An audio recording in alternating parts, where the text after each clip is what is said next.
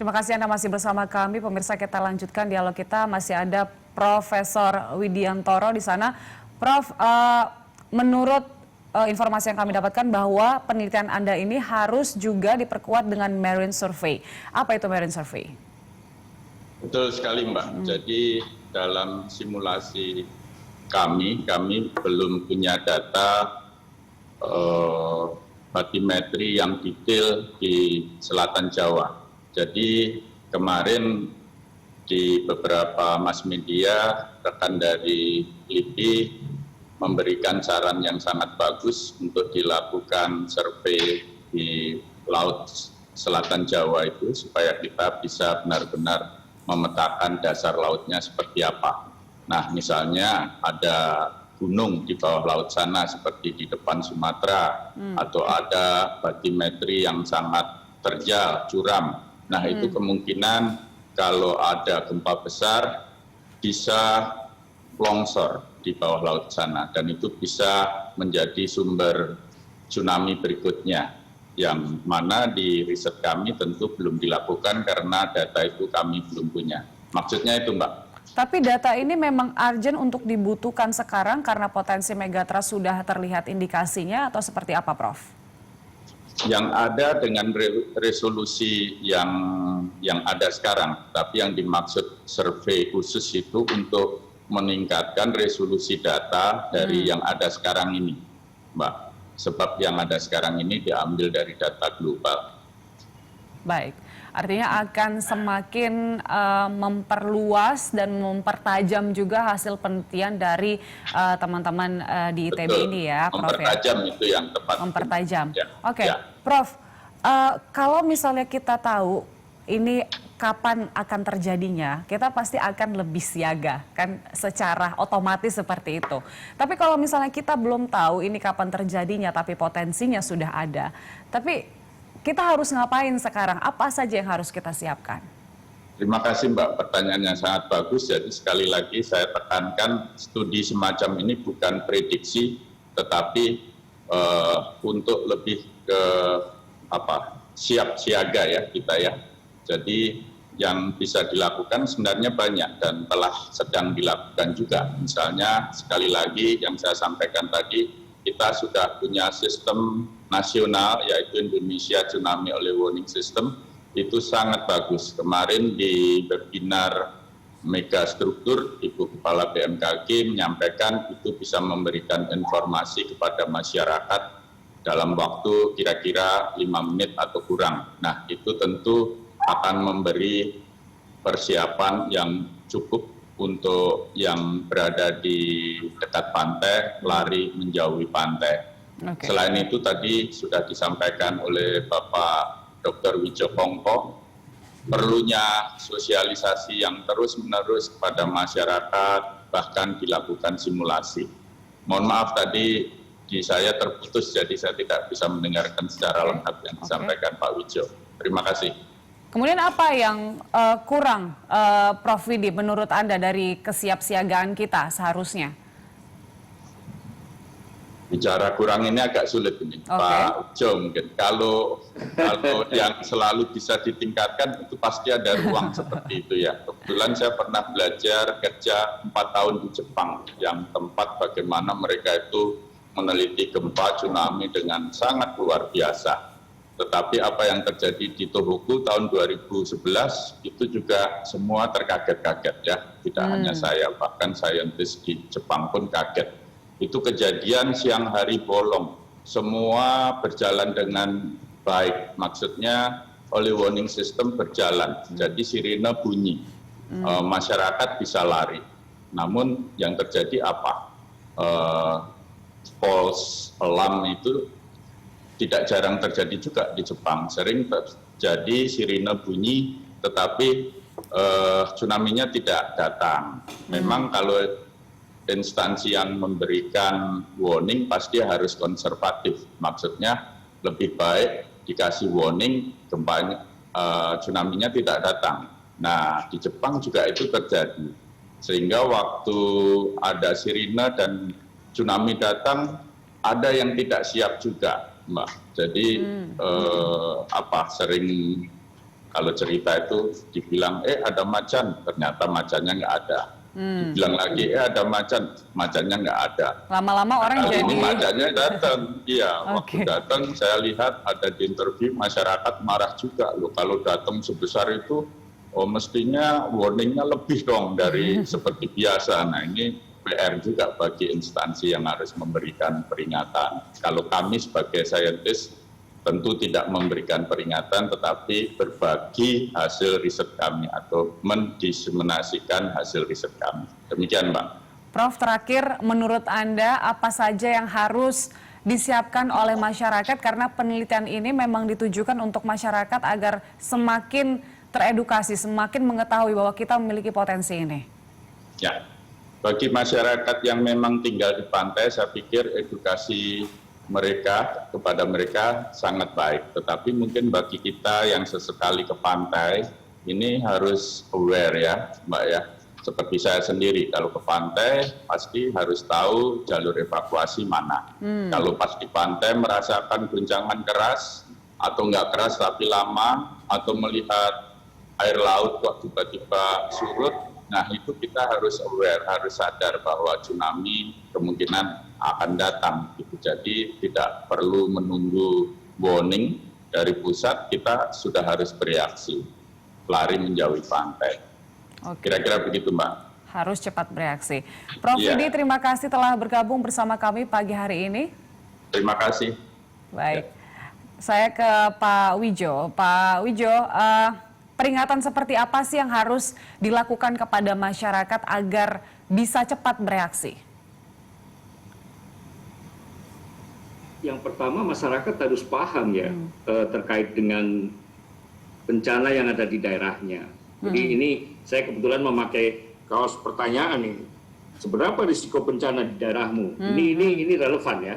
Artinya Indonesia sangat luas dan ancaman itu bisa unik gitu. Di setiap daerah bisa berbeda-beda. Nah, kita bicara di Selatan Jawa, maka di sana ada potensi tsunami dari megatrust dan papernya salah satunya sudah keluar dari Prof. Widiantoro dengan teman-teman. Saya kira ini peringatan gitu. Jadi 3 hal tetap menurut saya yang harus dipastikan. Pertama, edukasi sosialisasi kepada masyarakat terkait dengan apa itu daerahnya, ada ancaman apa dan harus bagaimana. Jadi ini saya kira tugasnya BNPB dan BPBD dan forum pengurangan risiko bencana di daerah masing-masing. Kemudian terkait dengan early warning system yang multi platform ya, dan ini ada yang platformnya pengukuran dari laut, kemudian ada yang tentu dari BMKG sendiri terkait dengan jaringan seismograf, ada dari BIG untuk pemantau gelombang laut di sekitar pantai, dan mungkin ada yang lain gitu. Ini terintegrasi dan harus cepat gitu. Tetapi tentu false alarm tetap bisa terjadi, dan itu tidak hanya di Indonesia, di luar juga sekitar 10%, 15% itu kadang-kadang alarm palsu itu selalu timbul, dan ini juga harus diedukasi ke masyarakat. Ada drill di sana. Kemudian yang lain yang penting, ancaman ini itu kita banyak yang belum kita ketahui. Seperti yang disampaikan di Jepang itu juga mereka terkaget dengan event 2011. Saya kira di tempat kita gempa bumi, tsunami dan banyak bencana itu ya memang di lingkungan kita. Mereka hidup di sekitar kita dan kita harus berdampingan dan kita harus memahami dan bagaimana memitigasinya, karena itu yang penting gitu. Dan menurut saya riset yang terus-menerus itu menjadi satu keharusan gitu, karena kita tidak mengetahui secara lebih detail, dan kalau riset ada sains ada, kebijakan harus berdasar data sains, dan kemudian up to date informasi yang itu nanti akan lebih mempertajam terkait dengan apa yang harus dilakukan dan seterusnya. Jadi ukuran-ukuran ini harus lebih penting ya, supaya kita menyiapkan alat mitigasi yang lebih tepat. Kita tentu tidak akan menyiapkan katakanlah meriam hanya untuk kucing atau apa tadi bahaya yang datang gitu. Jadi memang harus tapi bahaya ini, ancaman ini harus diketahui, dan ini tugasnya para saintis untuk lebih mengetahui apa namanya ya level ancaman. Begitu Nah, kira-kira. karena kita tidak tahu ini kapan pastinya akan terjadi, pemerintah sendiri upaya apa saja yang dilakukan supaya sebisa mungkin kita mengetahui secara dini adanya potensi-potensi itu? Ya, saya kira tadi sebagian sudah saya sampaikan, dan mungkin dari Prof. Widiantoro juga sudah disampaikan. Banyak hal yang sudah sedang dan akan dilakukan terkait dengan edukasi ke masyarakat. Ada program Desa Tangguh Bencana sudah berjalan ini, dan menurut saya ini harus dilanjutkan dan jangan terjebak ke seremonial, tetapi harus masif dan rutin dilakukan. Mungkin tingkatnya tidak hanya tingkat desa, tapi sampai ke keluarga. Jadi keluarga, kemudian ada di sekolah-sekolah itu harus pendidikan mitigasi bencana, terutama di daerah-daerah yang memang rawan bencana, wajib ya menurut saya. Jadi harus masuk kurikulum. Kemudian EWS ini warning system ini kita mutakhirkan, dan ya sering latihan ya. Tetapi memang beberapa kita juga mengalami kendala ya, ada alat-alat yang hilang, ada yang tidak berjalan, itu dari sisi operasional, maintenance juga saya kira menjadi penting ya. Dan riset ini perawatan Mbak, perawatan itu sangat penting ya, karena kita bisa kadang-kadang ada procurement, pengadaan, kemudian mungkin anggaran perawatan kurang, alat-alat tidak begitu berjalan dengan baik, tidak terlalu dikalibrasi sehingga atau kurang validasi dan seterusnya, ini yang kemudian tidak bisa in service ya, tidak bisa memberikan pelayanan yang cukup pada saat gempa, tsunami yang kita tidak tahu kapan itu terjadi kan masalahnya. Ini kita belum bisa memprediksi gempa secara lebih tepat tentu, tapi kalau ada potensi tsunami bisa dihitung. Ketinggiannya, waktu tibanya sampai ke pantai. Jadi di Selatan Jawa saya kira kita tidak punya cukup banyak waktu. Mungkin 15 menit, mungkin 20 menit, golden time ini sangat singkat, dan masyarakat harus bersiap menerima informasi, dan dia harus tahu kemana dia akan melakukan evakuasi, dan ini harus latihan. Sesuatu yang tidak dilatih, gagap, akan menimbulkan risiko yang lebih tinggi. Saya kira demikian, Mbak. Pak Widjo, dengan berbagai upaya, salah satunya early warning system ini, apakah betul bisa meminimalisasi dampak dari megatrust ini nantinya?